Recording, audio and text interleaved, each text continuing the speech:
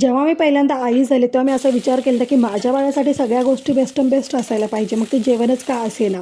मग त्याला मी ना मार्केटमधनं जे बेबी फूड भेटतात ते आणायची किंवा मग इंटरनेटवर सर्च करायची की बेस्ट बेबी फूड काय आहे. मग ते मी घरी त्याचे प्रेमिक्स बनवून ठेवायचे आणि मी तेच त्याला द्यायची.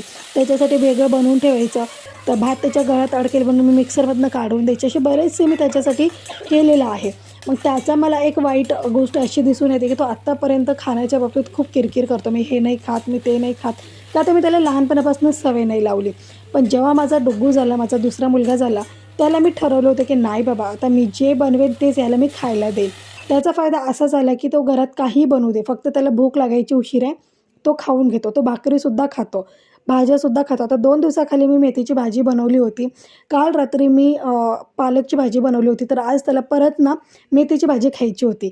घरात मेथीची भाजी नव्हती, तर तो पप्पासोबत गेला मार्केटमधनं जाऊन मेथीची भाजी आणली आणि मला बनवायला सांगितली. तर तुम्ही पण असंच केलेलं आहे का?